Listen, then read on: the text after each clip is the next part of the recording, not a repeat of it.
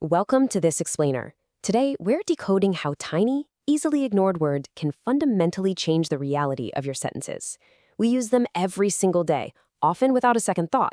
But mastering these specific words, well, it's the absolute secret to clear, confident communication. To understand why this matters, imagine you're planning an outdoor wedding. If you check the forecast and the weatherman says it will rain, you're instantly moving the ceremony indoors. But if he says it might rain, the difference between will and might is literally the exact difference between absolute panic and cautious optimism. The words we're talking about today are modal verbs. Think of them as flavor enhancers for your main verbs.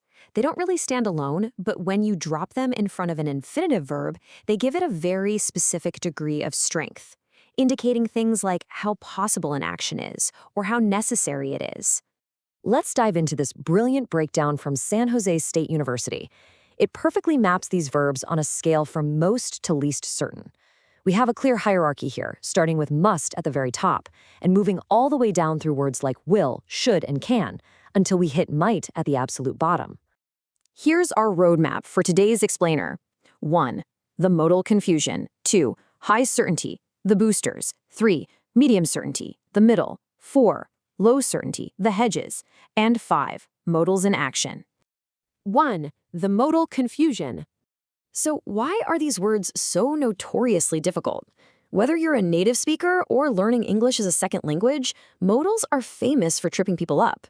First, a single word like can might mean you have the physical ability to do something, or it could just be a casual request for permission. Second, they completely break standard grammar rules. You never add an S or ES to them when the subject changes. You don't say, he cans do it, right? They're incredibly rigid in their form, but their meanings are wildly flexible. 2. High certainty. The boosters. Let's step onto the very top of our certainty staircase. We're starting at 100%. In academic writing and professional communication, these top-tier modals are known as boosters because they forcefully boost the confidence and authority of a statement. When you use the modal must, you're dealing in absolutes. You're conveying 100% certainty, a strong, unyielding belief, or an inescapable obligation. Zero wiggle room here. Take a look at this. The dark clouds must mean rain today. This brilliantly illustrates how must acts as a strong inference. Because those clouds are dark, the speaker is making a completely confident deduction. This isn't just a random guess. There is practically no room for doubt about the rain coming our way. Similarly, due to the news, the stock will go down. Using will is a definite prediction of the future. It's authoritative, confident, and incredibly direct. If a financial analyst writes this sentence, they aren't giving you a mere possibility. They're giving you what they view as a guaranteed outcome. 3. Medium certainty, the middle.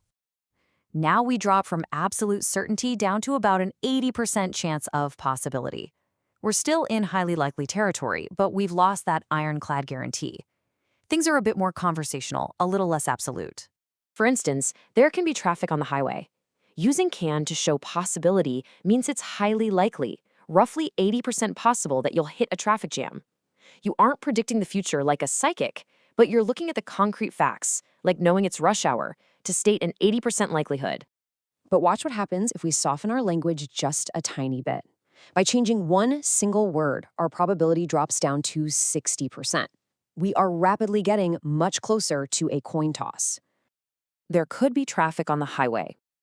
Swapping can for could indicates a weaker possibility. When you say this, you're noticeably less certain about that traffic jam. It's a remote possibility, maybe 60%. You're telling the listener to be prepared, but you certainly wouldn't bet your life on it. 4. Low certainty, the hedges. We are entering the territory of cautious, tentative, and theoretical words. At 50%, we are literally dealing with a coin toss. It might happen, it might not. The scales of probability are perfectly balanced between a yes and a no. Saying there may be traffic on the highway means you are completely on the fence about the outcome. You're recognizing a true 50-50 shot. It's a perfectly neutral statement of possibility where you aren't leaning toward either outcome. Finally, we reach the lowest, most tentative level of probability. We've traveled all the way down the certainty scale to a fragile 30%. There might be traffic on the highway. The crucial point to remember here is that might is the ultimate hedge.